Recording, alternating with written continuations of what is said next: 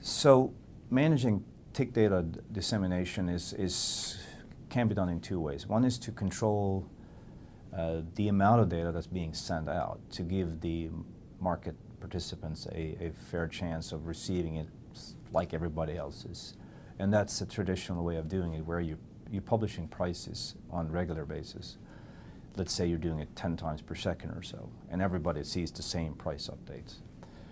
But a lot of these algorithms rather feed off the actual order-by-order tick flow, which is a much more intense data flow where you might be receiving tens of thousands of orders per second. And many systems, of course, are hardly even able to receive that sort of data. So you certainly have possibly, the exchange will have to take a decision whether they will allow that or not.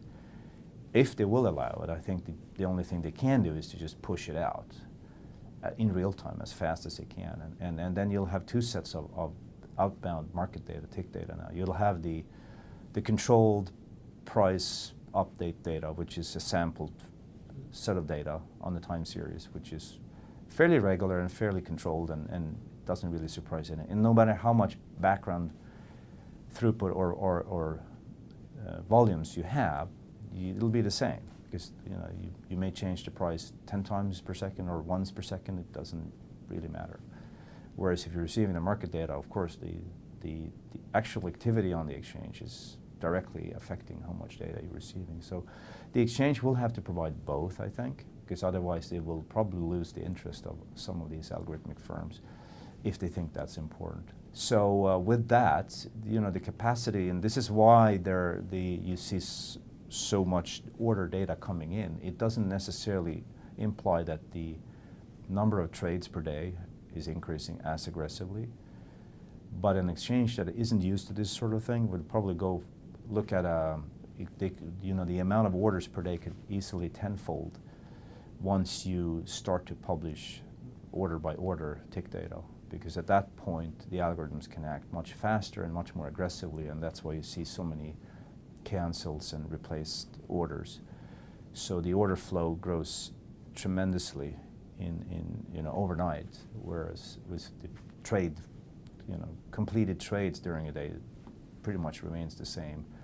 I think the latter, the trade volumes, they will go up and down more based on macroeconomic numbers, and we've seen a lot of volatility there too, but I think that's more or less independent of this. So tick data based on order by order, that's a challenge. It's a challenge on the network infrastructure as well, because you can quickly, saturate a 1 gigabit switch. If you have let's say you have 100 clients of it, 1 gigabit isn't that much, so it puts strains on the overall hardware infrastructure that the exchange will have to provide.